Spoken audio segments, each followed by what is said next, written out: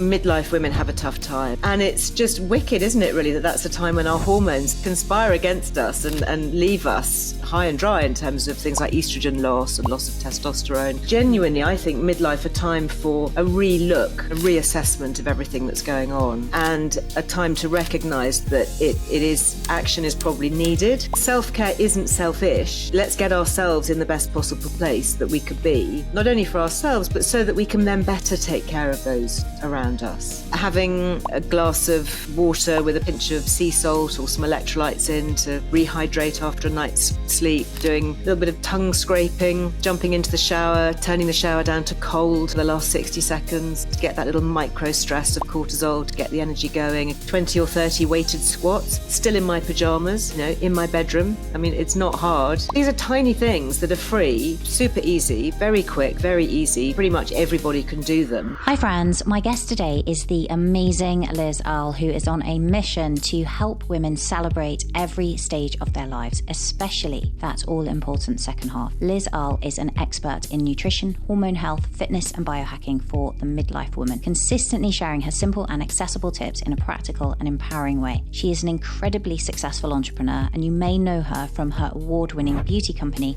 that she sold to Walgreens Boots Alliance in 2010. Liz Earle is a champion of women's health, media influencer, author of 36 books, TV presenter and charity founder, as well as host of the popular Liz Earle Wellbeing Show podcast. And I recently read Liz's brand new book, A Better Second Half, Dial Back Your Age to Live a Longer, Healthier, Happier Life. And in the book, Liz distills the latest science in longevity for women into very easy and accessible tips for women. And if you truly want to have a better second half, I definitely recommend going and picking up a copy of Liz's latest book, and I'll put a link in the show notes. We also, in this episode, dive into many of the tips and biohacks that she shares, things that you can start implementing straight away. So without further delay, let's dive in. Liz, it is absolutely amazing to have you here today. I think my first contact with you obviously won't know this, I think was when I read one of your very first books, all about skin.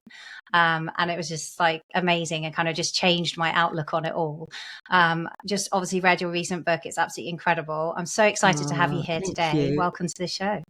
Thank you. Thank you so much. I'm really excited to talk about it. It's my favourite subject, empowering midlife women to be stronger and better than ever.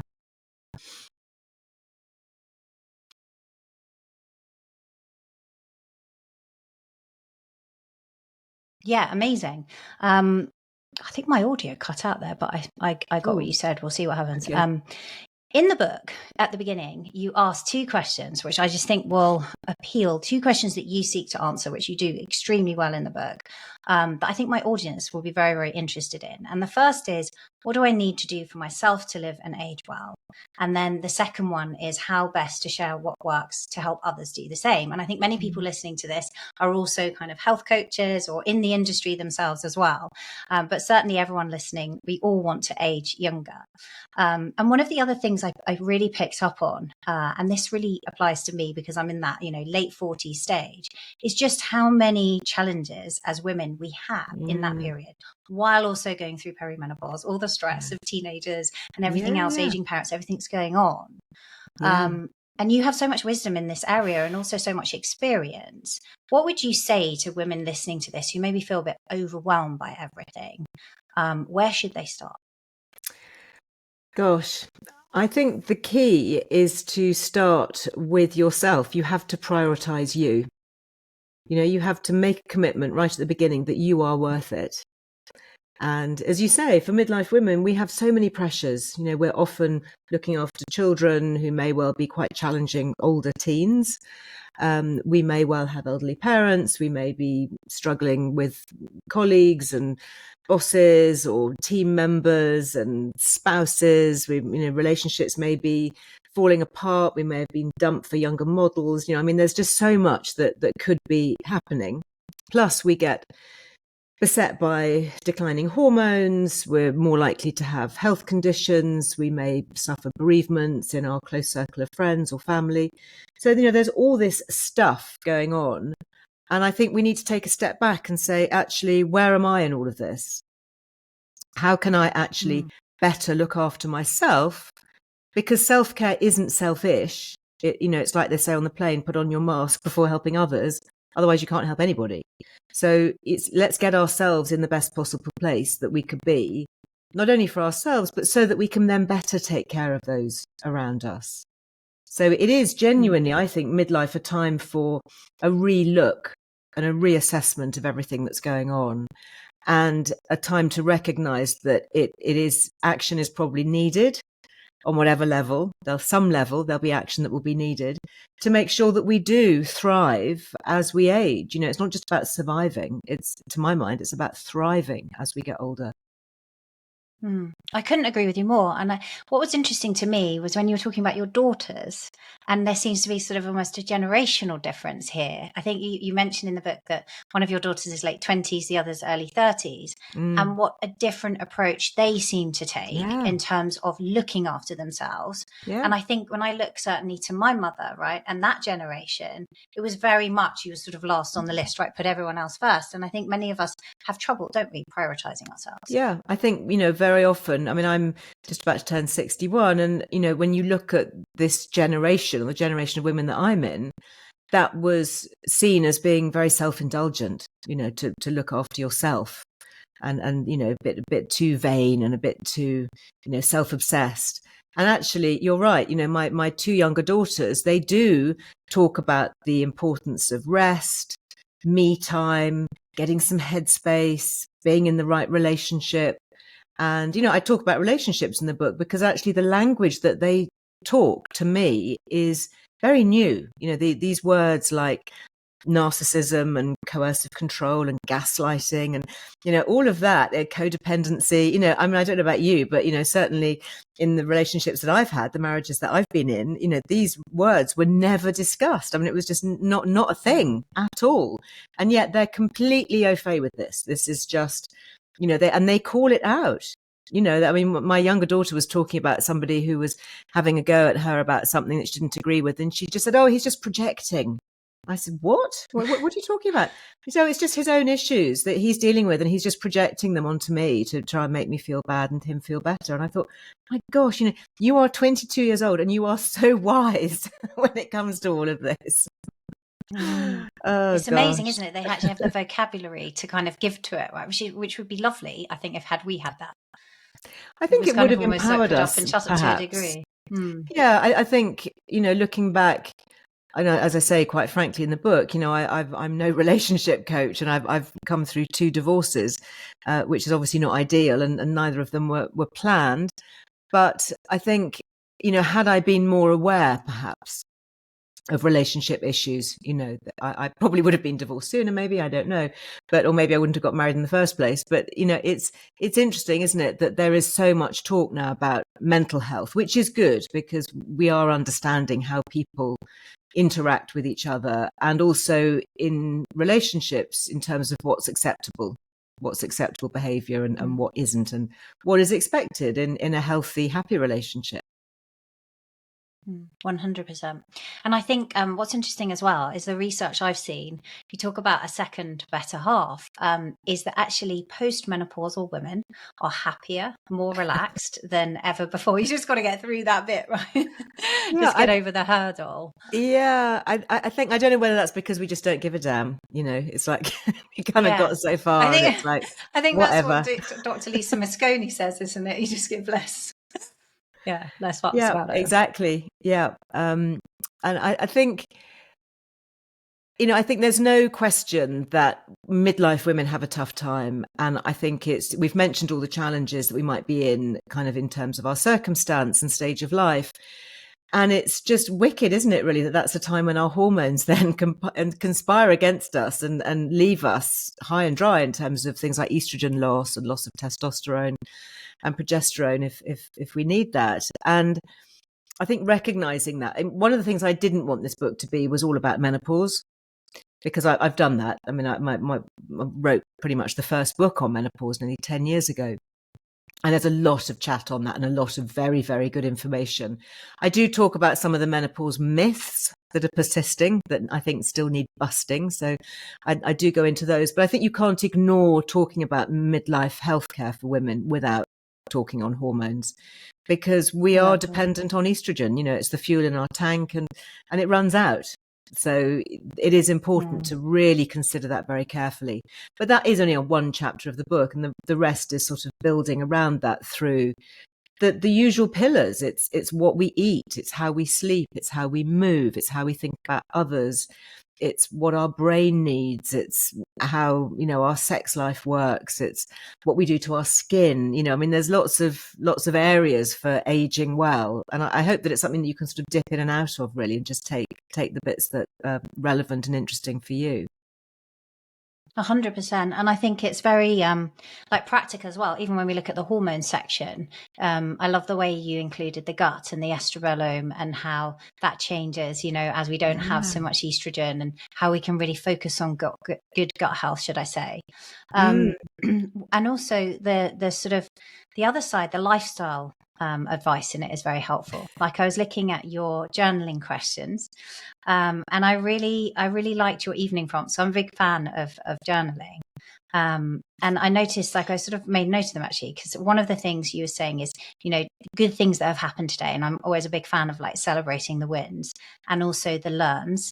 And for me, that always includes like things that I might not have gone so well. But you also have a prompt, these things are concerning me. And I liked that, because have you found that by writing down the concerns, that actually helps to enhance sleep, and you sort of mentally put things to bed? Or do you find that your mind is sort of then working on it? And, you know, often we can solve things in sleep at a subconscious level. Definitely. And thank you for picking up on that, because that's quite insightful. Yes, I think that there are two reasons for that. That I think journaling, as you say, is an amazing thing. I got into it late in life. I used to think that it was a bit of a kind of so what woo-woo faff, you know, that's something that was for young kids. And now I love it. I don't journal very much. I only write a few lines, but I do every day try and write something. And at the end of the day, it does kind of put a punctuation point at the end of the day and bring to mind things that have gone well and gratitude. But also, I don't know about you, but I'm a real victim of monkey brain at night, and I'll lie there and my brain will be going, right, that didn't go so well, and I've got to face this tomorrow, and how am I going to do that? And, you know, it's kind of hopping around, and I try and switch it off, and it can be really hard. So what I do is I commit that issue to paper, and in a way you get it out of your head, and it switches your brain off, because it's still there, but your brain knows it doesn't have to chew on it overnight. It's like, yeah, that's an issue. I'm going to deal with it tomorrow. I've written it down. I'm not going to forget it because it's written down. So brain, you can just stop now and just get on with doing the other important stuff, like filing away all the memories of today and clearing out all the rubbish from the brain cells that need sorting, so that I can get a good night's sleep. So yes, it does. I think it's a very helpful practice. Very helpful. I like it. It's a question I'm going to include after reading it. Because I sort of have this thing I would say to my children, and I think I just sort of naturally learned this at school, where I think if I'm really anxious about something, I'll just sort of postpone the worry almost until it gets to the point of not mattering. And I think this almost helps you do that even more, right? Where you can sort of think, love that. You know what, it's not until tomorrow. I don't need to worry about that till tomorrow. And then you wake up in the morning and you're like, oh, I've still got 3 hours to go. I'm not, you know, giving that presentation or doing what I'm doing until then. I'll worry about it. And then before you know, it's kind of on you, and a few deep breaths and you're in it. And when you're in it, it's so much easier to deal with than it is when you're contemplating dealing with it. Then you're thinking about it. Yeah, we often build these things up to be so much bigger than they actually are. And I used to be quite a big worrier, actually. And I suppose it was, you know, through running a big sort of beauty business and having lots of responsibilities with the kids and all of that.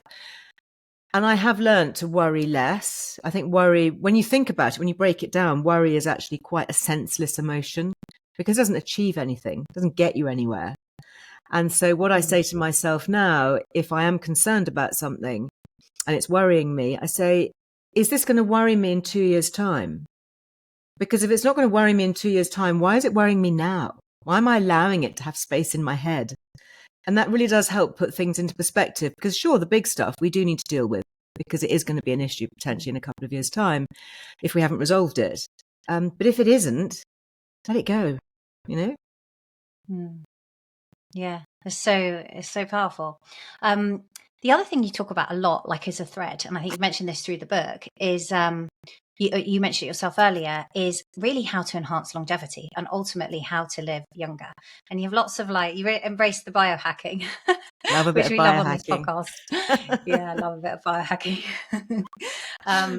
Tell us more about that. How do you biohack your health? What are the key things that you do to, you look incredible. Oh, well, I don't think thanks. anyone will be able to believe you're almost 61. What are the key things that you do? Well, lots of little things strung together. I think I'm not very good at being extreme. And what I found over the years is that little tiny health habits all stacked together actually have a big impact. And you don't have to do them all at once. I write my morning routine and I write it in detail because I'm often asked, tell me exactly what you do and exactly when you do it. So okay, fine, I'll tell you. You don't have to do all of it and you can pick and choose. So little things, that I find I'm not a morning person. I wish I was. Biologically, I know that I'm a night owl and not a lark. So I'm at a disadvantage. But I do try and get up as early as I can, as close to sunrise as possible. Not often very early, but, by 7, kind of latest. And the first thing I do before I even switch on a light bulb or put my phone on is go out and look at daylight. And if I can't physically get out, then I'll open a window and look outside. And the effect of outdoor early morning light on the brain, setting circadian rhythm, helping with hormone production, getting that early morning infrared and low UV levels into the retinal cells of the eyes has been shown to be so incredibly important.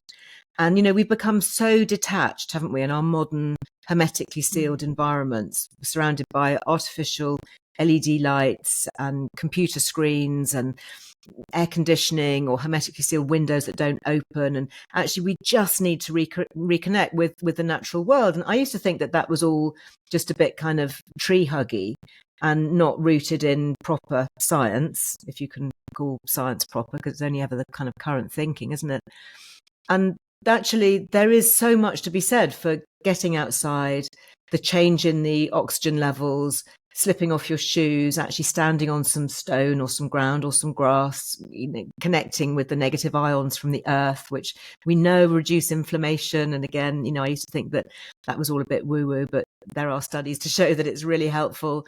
And there are these little things. It doesn't take long, just a few minutes. And doing some deep breathing, again, just a few minutes, while being grateful for the day, putting some thoughts of gratitude in your mind. I'll come indoors, I'll do maybe a bit of exercise, but it could just be 20 or 30 weighted squats, still in my pajamas, in my bedroom. I mean, it's not hard. I mean, people say, I've got no time for exercise.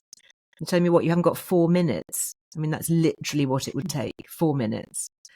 And then having a glass of water with a pinch of sea salt or some electrolytes in to rehydrate after a night's sleep, doing a little bit of tongue scraping, jumping into the shower, turning the shower down to cold for the last 60 seconds to get that little micro stress of cortisol, to get the energy going again, improve circadian rhythm and get the blood flow going. These are tiny things that are free, super easy, very quick, very easy. Pretty much everybody can do them. So I think what I like about this kind of biohacking, if you like, for midlife women is that it's very straightforward and it's very easy. And I don't know about you, Angela, but I think when you look at biohackers and you look at people like Dave Asprey, the kind of the godfather of biohacking who founded the term, and people like Ben Greenfield, these sort of big American biohackers, they're very male.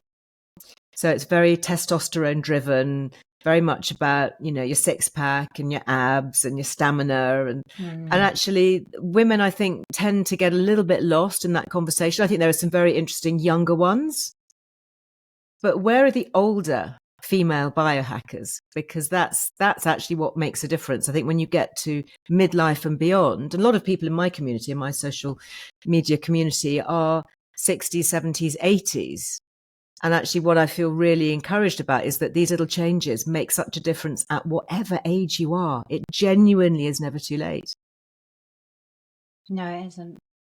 It's so true. I love that. And I was actually, we talk a lot because I have a program that I run called biosyncing, which is all about coming in sync, as you've been saying there, right? In sync with your circadian rhythm. You talk a lot in the book about your genetics, right? And how to come in sync with those, come in sync with your life stage. And I think it just kind of gives it in sync with your hormones, whatever stage that is, whether you're, you know, a cycling woman or whether you're going through perimenopause, whether you're postmenopause. I love that. You also talk about some of the supplements that you take. I think people will be very interested in this to enhance longevity. What are the key ones that you advocate, if you like? I know you can't write recommendations, so we're not saying everyone should go and get these supplements. So what have you found? Generics. Do you know, it's funny, my journey with supplements has kind of come full circle, because when I first started writing about wellness, which is, well, nearly 40 years ago now, you know, supplements were really new, and they were the new kid on the block, and they were like multivitamin, multimineral. Everyone thought, oh, just take a supplement and you don't have to worry about what you eat and you're going to feel fine. And I was kind of part of that brigade for a bit. And then I swung massively the other way, became regenerative organic farmer, massively into food. I was a vegan macrobiotic for a while. And, you know, it was all about what we eat. And we didn't need any supplements at all. And now I am back in the supplement territory, but not as food substitute. So very much food first, cook from scratch, lots of green veg, particularly brassicas, meat, fish, dairy, eggs, you know, all of that I very much believe in. But there are certain supplements. I think there are two areas really that we could look at. One are the fundamentals that all of us are likely to need. And that's our vitamin D3, because we live in a northern hemisphere. We're not exposed to a lot of sunlight. And omega-3s, because we're not eating as much fish as we used to. B12, because we're eating more plants, and actually, you know, you need a lot of animal produce for B12, and of course that's declining. And things like magnesium, which is coming from the soil, which has been depleted by intensive farming and agriculture and food processing. So, you know, there are certain things that all of us, I think, regardless of age or stage of life, need alongside a good diet. Then you come on to the longevity supplements. And then you start hacking into your cellular mechanisms and things like cellular senescence, and getting rid of zombie cells that are cluttering up the body because we're getting older and the body is getting less efficient at clearing those. And our cell turnover slows down. And how do we increase mitochondrial function and get more oxygen within the system? And how do we create more collagen, because that's declining as we age? How do we keep our muscle mass going, because we're losing that? How do we maintain our bone density? So I think then you start looking at specific supplements for pro-aging. And so I write about things like resveratrol, quercetin, spermidine. Love a bit of spermidine because it mimics fasting, extreme fasting. And there's some very interesting studies on that. I think we're going to be hearing quite a lot about that. NAD+, really interesting for cell health, lowering inflammation. And then as we get older, we're more likely to suffer from conditions of inflammation, you know, things like arthritis and achy joints and swollen bones and that kind of thing. And so having things like turmeric and high levels of curcumin in the diet. And actually we can't really eat that much through food. So again, having specific supplements. And then stress modifiers. Love some of the adaptogenic herbs. Ashwagandha has become a big favorite of mine. I started taking ashwagandha as a trial when I was working with one of the brands, and just realized that when I didn't take it, I didn't feel as good. You know, I was really surprised at how well ashwagandha was making me feel.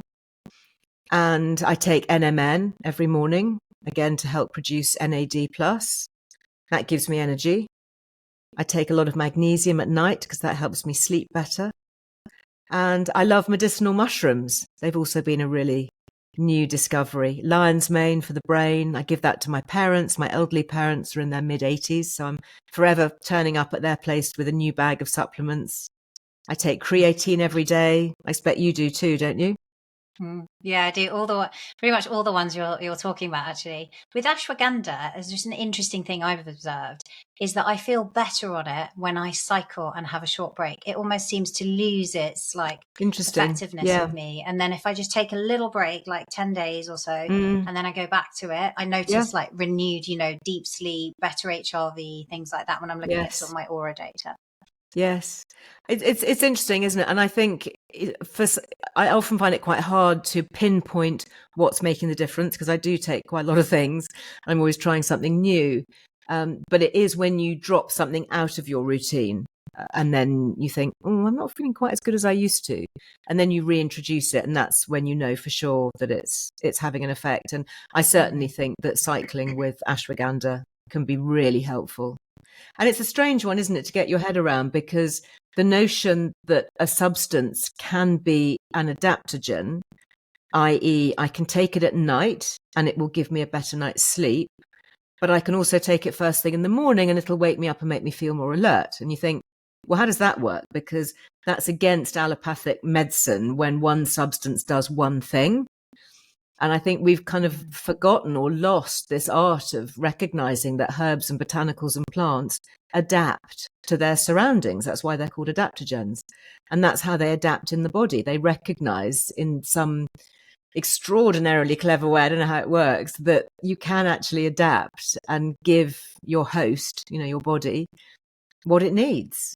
And, I do. I feel better. I have a pick-me-up when I have ashwagandha, and I used to be frightened of taking it at night, thinking, well, if it makes me feel so alert in the day, then I'm not going to take it just before bed. But recently I've kind of trusted the research, and I've been taking it at night and then sleeping better as well, which is mad, isn't it?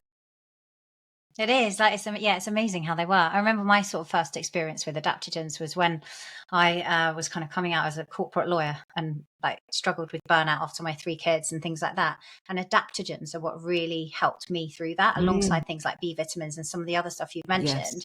And I was just really surprised at how they can kind of come together to support you in a way that gives you energy and vitality, but also makes you feel calm and relaxed at the same time. It's just really incredible. Yeah. And I have not met anybody that they don't work for.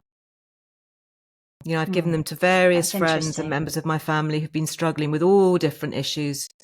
And in every case, ashwagandha's come out on top. I think I need to go and start an ashwagandha plantation somewhere. You do. You'd be very successful at it, I think, judged by past successes. One thing I do want to talk to you about, and I think it would be remiss of me not to, is definitely the skin, because you are an expert and have been for many years in this area, and your skin's glowing. What are the things that we need to think about, particularly, like you've mentioned collagen and estrogen as it's declining as you go through, and then obviously it gets quite low post 50. What are the key things that we can do from an inside out perspective and also topical perspective for our skin? So good question, because it is inside out. Skincare for me has always been this two-way street, what we put in as well as what we put on. And so I guess fundamentally, just briefly, top line, what goes into the skin, it's got to be high protein and healthy fats always. I don't think anybody should go low fat unless you've been, massively prescribed with a hyperfamilial cholesterol issue. And that's relatively rare. But, if you haven't been diagnosed with that, I think particularly in midlife and beyond is not the time to go low fat, because you need fat to make healthy hormones. You also need it to make healthy skin cells. So that's, kind of on the sort of the superficial level. It's going to affect your skin as well as your internal organs. So I have a lot of healthy fats. I eat eggs and cheese and full fat milk. I have a lot of extra virgin olive oil. I eat nuts and seeds and all those things, and take fish oils, whether it's a fish body oil or krill. I kind of alternate between the two. And that, I think, internally is sort of moisturizing, if you like, and lubricating and strengthening cell tissues, as well as high protein. So, and low carb and low sugar, because we know that a high sugar diet will cause inflammation and trigger glycation, which is the aging of skin cells. So sugar, as we know, is just bad news all round, but it's particularly bad for the skin and will encourage skin wrinkling and sagging and loss of elastin and all that stuff. So those are sort of my non-negotiables when it comes to internal skincare. And then there are various things that I've really looked for over the years in terms of topical. I use retinol. I don't use it every day, but I would use a retinoid product probably 2 or 3 times a week. And I would use that all over my face and my neck and the backs of my hands as well. My skin's quite sensitive, so I tend to use quite a low strength retinol, and I'll often mix it with a moisturizer so that my skin doesn't dry out too much. I like ingredients like azelaic acid, which can help with pigmentation. I like vitamin C serums because, again, very good for pigmentation and age spots. Niacinamide or nicotinamide is also very good topically on the skin. And so those are sort of, I guess, more of the sort of nutraceutical ingredients. But then I also have real favorites like organic rosehip oil, which I've used for years for facial massage. And that actually contains an interesting plant form of retinol. And it has some interesting plant sterols in it that can help with pigmentation and scarring. So using rosehip oil. So I do gua sha massage with those lovely sort of quartz massage things, lovely first thing in the morning to get the blood flow glowing. I love some of the less invasive sort of tweakments. Not a massive fan of things like Botox and fillers because I think they can be a bit harsh, a bit aggressive. I prefer things that kind of work with the skin. So, for example, I've been experimenting with injecting exosomes under the skin, and they work by stimulating your body's own stem cell response. So you produce more stem cells within the skin, which encourage younger looking skin and greater collagen supply. Microneedling, again, I think is really interesting because what you're doing is you're just tiny pinpricks on the skin. That micro stress, that micro damage is triggering an immune response that then makes your skin produce more collagen as a response to wound healing. So although it sounds quite extreme, if done properly and carefully and very gently, I think microneedling can be a really lovely way of getting the skin to repair itself. And as you say, collagen supplements, I think, are really interesting as we get older because we lose so much collagen as we age. And not only do we lose it, but we become less efficient at making it. So it's a real double whammy. So I think if you are and looking do you go at with having... a multi-collagen? Say again? When you're looking at that, do you go, like type 1 collagen, isn't it, is the main one in the skin? Do you tend to take like something that supports the skin, or do you go for a multi-collagen to kind of support joint health and everything else? I'm quite broad brush. I quite like multi because I think it's more than just skin, isn't it? We know that collagen... There have been some very interesting studies, actually, which were done by pharmaceutical companies many, many years ago, looking at the effect of collagen for things like arthritis and just how incredibly effective it is. But it got buried, obviously, because you can't patent collagen, can't make very much money out of it. Much better to sell people anti-arthritic drugs for thousands of pounds a time instead. So I think using collagen to support bones and joint health, I think is really useful. And I also add things like powdered bone broth to my coffee and shakes and yogurt and soup and anything. In fact, earlier I was a bit hungry because I've been rushing around today, not really eating. So I had a cup of coffee just kind of around 1:00 and just shoved a scoop of unflavoured bone broth powder into it, which makes it go really creamy. And it's just filled me up. I mean, I'm literally not hungry. And, I've done that because it's kind of high protein, but it's also going to support my joints and my skin and all the rest of it. So I think collagen for women is important. But I think we also can't get away from the fact that we have estrogen receptors in our skin. And there is no question that if you replace your estrogen with HRT, you end up with better looking skin. And kind of anthropomorphically, when you look at the skin, some of the anthropologists say that one of the reasons why they think we have estrogen receptors in our skin is so that when a bloke is looking for a mate, to procreate with, which is obviously the only reason that females are on the planet, is, to create the next generation, is they can tell at a glance whether we're worth mating with by looking at our skin. Interesting. And, when we lose collagen and we lose fertility, we lose the estrogen from our skin, you can tell immediately that we're subfertile and we're not worth bothering with. So now we can confuse them, you see, with HRT. We can, indeed. That's so interesting. And you can pretty much stay on HRT as well. I'm going to stay on it forever. Yeah. I think, exactly. and the NICE guidelines are very clear on this, that there is no end date. And as long as the benefits outweigh the risks, and we know the risks are tiny and very, very small, and the benefits are very, very great. I can never naturally replace my hormones, sadly. And so if I want my estrogen back, then I'm going to have to continue with replacing my estrogen. I mean, it's just very simple. But I think, you kind of think about that and you think you would never say to a diabetic, well, how long are you going to stay on insulin? It's like, well, I need my insulin. So why are you going to take it away from me? I don't have any. And you would never say to a diabetic, yes, but, could you just try some breathing exercises? We could just make you a nice comfy spot in a menopause room or whatever so that you can sit down. We're not going to say to diabetics, we've got a little diabetic corner of the office where we'll put a fan and a nice comfy cushion so that you can put your feet up for a bit and feel better. I mean, it's a nonsense, isn't it? What, to replace your hormones? How's that going to work? Yeah, totally. And I think what's a shame is many women then, because they've been scared off by it, they leave it and leave it and leave it. And then they're struggling with the symptoms. And then it is actually much more difficult, right, to start prescribing it later. And I think that's the thing, is just to help get the message, isn't it, out there of like, there's almost a critical window here where it's a really good time to start it while your receptors sort of still know what to do with it. Absolutely. And I think the next generation will be looking at this very differently.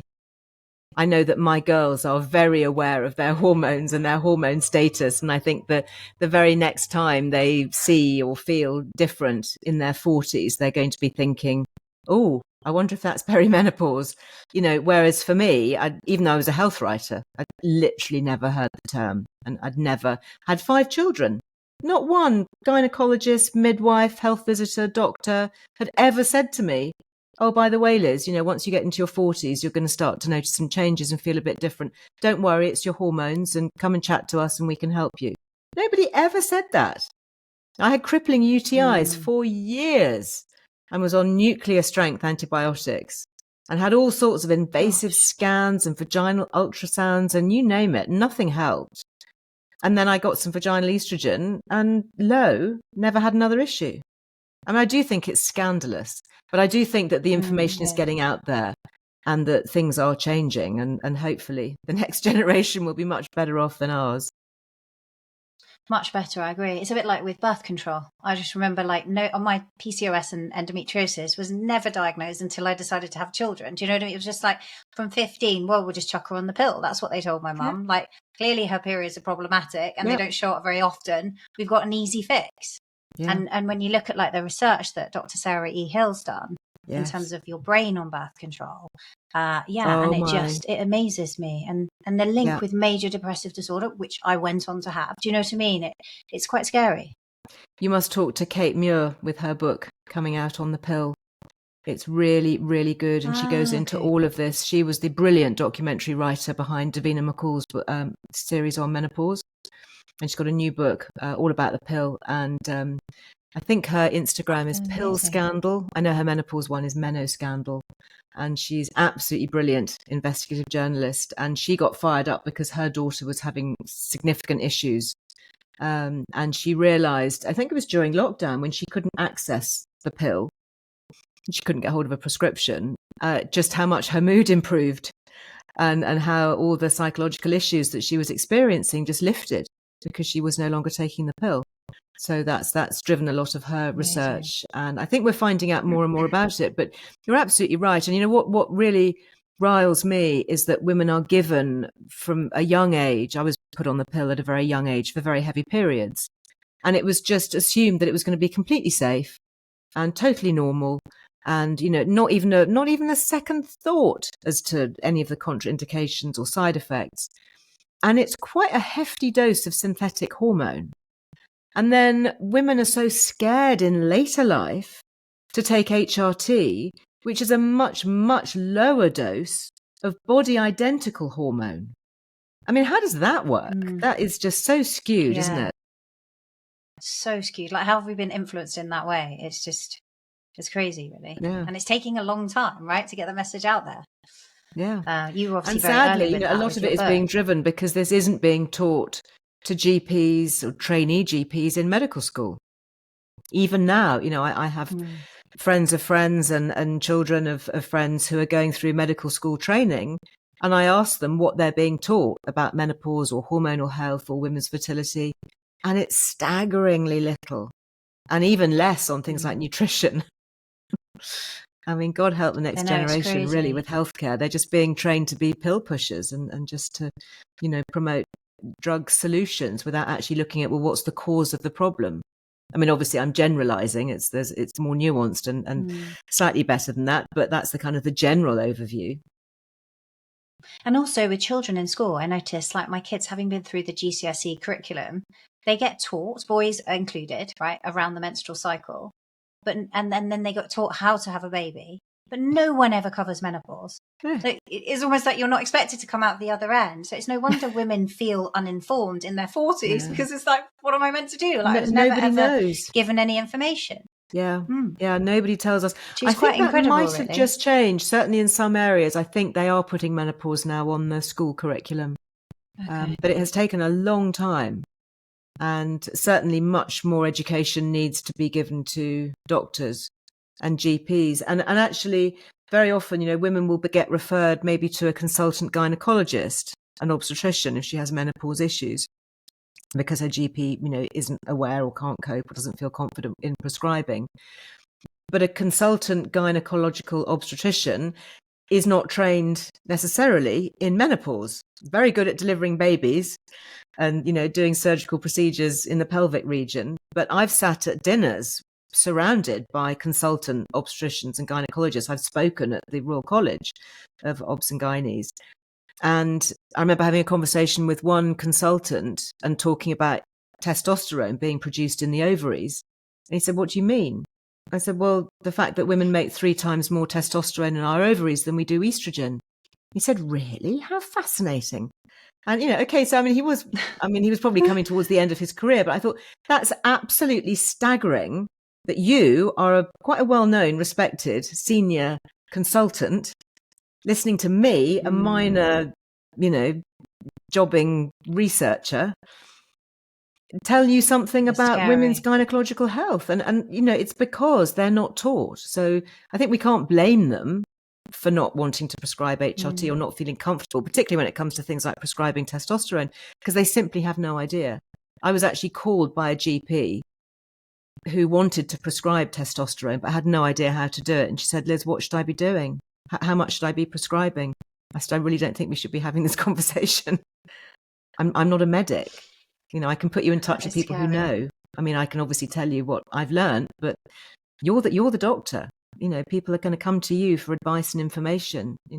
That was many years ago, but now there are some very good courses. There's a confidence in menopause course, which a lot of NHS doctors do to get information on how to prescribe.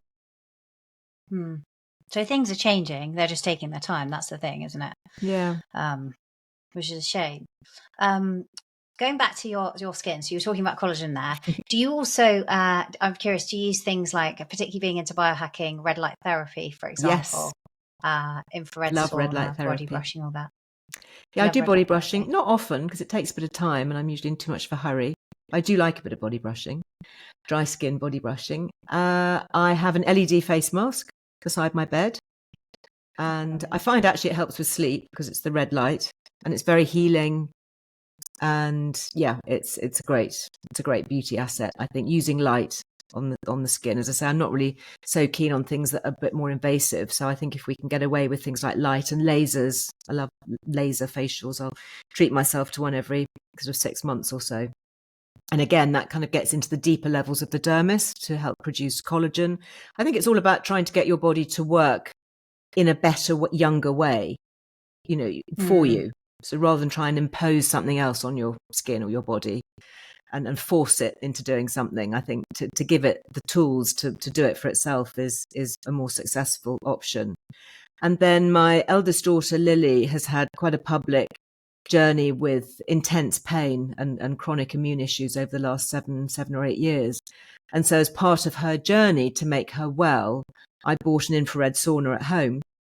And part of it was so that I could use it too, obviously. And I love it. I love it. I go and sit in it and just think, oh, I'm making all this lovely new collagen. And, it's like an all over body beauty treatment. And of course, great for inflammation and great for aging.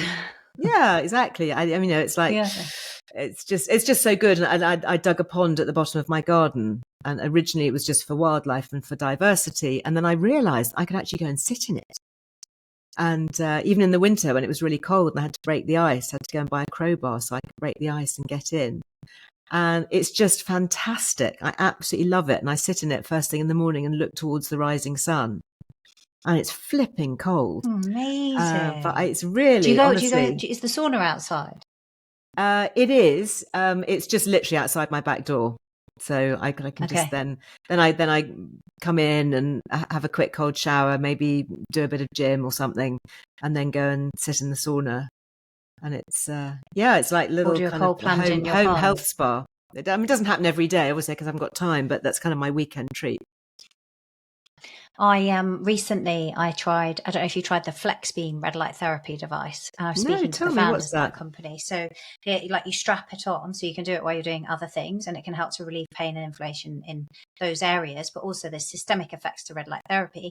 What they were sharing with me, and I've just love this now. This is like my favorite treat, is you can place it on you down here and it helps with vagus nerve activation. So you can meditate or do breath work, and it's just a 10-minute session. Nice. It's that whole thing you talk about in the book, right? Finding 10 minutes for yourself. 10 minutes. And either you're doing it as you're doing something, or actually just setting that 10 minutes aside and doing, a meditation or visualization with it on you. You can do it at night, not too often, because if you keep doing it at night, then I think what happens is your energy almost increases, right? Because the effect on the mitochondria. Right. So some people keep them awake. But it's like a really beautiful experience. And I think they're now going to make it, they're upgrading that device so that it can actually assess that vagus nerve activation and look at things like HRV alongside. Nice. So really, really interesting. I was looking at some very interesting research papers looking at Alzheimer's and Parkinson's and red light therapy through the skull. So wearing almost like a helmet of specific frequency red light, and that reactivating neurons and neural pathways in the brain that have been damaged. Very, very interesting. And, great, simple, safe, non-invasive, non-addictive, no side effects. Really, really helpful. Yeah. I think we're going to be seeing a lot more about light therapy in the future. And hopefully getting rid of all these horrible overhead white LED lights and strip lights and fluorescent lights. Unfortunately. Have you seen the Rebel Scientist? She goes by Instagram. She actually gave me, I'm sort of testing her. The Rebel Scientist. She's got red light therapy that you put across your forehead. She's been looking deeply at the research on the brain. And then there's also a panel that goes across your abdomen because of the gut-brain axis. Yes. So you actually do both at the same time. Yeah, really interesting. That is interesting. I've actually looked at some microbiome research showing that sunlight exposure on the tummy, on the midriff, is really important. And again, it's talking to gut microbes. The UV rays are activated within the microbiome. And so we should be digging out those bikinis and getting back in them and lying out in the early morning sunlight and activating our gut microbes through UV. Yeah, I saw some stuff that it helps as well with blood glucose control, which is interesting as well. Yeah. So when you think about it, I mean, we were designed to be outdoor beings. We in days gone by that we would have spent the majority of our life outside. We mustn't fear being in the sun because that's our natural place to be. And, we need to get back into a little bit of regular, low, gentle sun exposure. I think that's really important, Very much and we've so. become so fearful of it. Interestingly, the studies in Australia are just coming out with revising sun care guidelines because they realise that people aren't getting enough sun, which is quite interesting coming from Australia, where they've been so obsessive about covering up and using sunscreen all the time. They've realised that actually people are being damaged by not getting enough sunlight. And not making enough vitamin D, presumably. Indeed. Yeah. Interesting. It's also like you were saying about grounding, and I know you talk about that in the book. In my community, all the biohackers, whenever they go camping, they're always commenting on how much their HRV skyrockets. You know, really interesting. Just lying on the floor and obviously having that campfire, going to bed with the sun, waking up with the sun, and all the negative ions from the earth. Like, it's just so natural. It's what our bodies need. It so is. It so is. I've just built a yurt actually and put it up in my garden next to my pond. And I'm looking forward to spending nights down in my yurt next to my little wood burner. I'm going to take my wind chimes. That's amazing. It sounds like a sanctuary where you live. Well, it's just at the bottom of my garden, but it's great. You know, I'm not actually going to have to, get in the car or the train and actually go off anywhere. I can just wander down to the bottom of the garden and, switch off for half an hour. So amazing. Oh, it's been amazing chatting to you, Liz. So the book is coming out 25th of April, in and around the time that we're chatting. Absolutely brilliant. But please share. I know you're all over the place in terms of it. People can find you everywhere, but please share. How can they find and connect with you and your work? Oh, thank you so much. Well, my website is lizearlewellbeing.com. And that's the number, again, for all the social media, is all the usual suspects, Instagram and X and even TikTok. And then I have a personal Instagram, which is Liz Earle Me. And that gives a bit more of me behind the scenes and my family and probably my home biohacking. And I got a podcast too, Liz Earle Wellbeing Show. So, like you, love going deep dive into so many of these amazing subjects and the opportunity of talking to so many great brains on this subject. And it's just such a privilege, isn't it, to be part of this amazing group of forward-thinking individuals who are just here to make life better for everybody. Yeah, 100%. I think podcasts are just incredible for that, and the people you meet and everything. Yeah, amazing. Sure. We will link to all of that in the show notes. Thank you so much for coming on. It's been a really lovely conversation. No, thank you for having me, and I wish you a better second half. Thank you.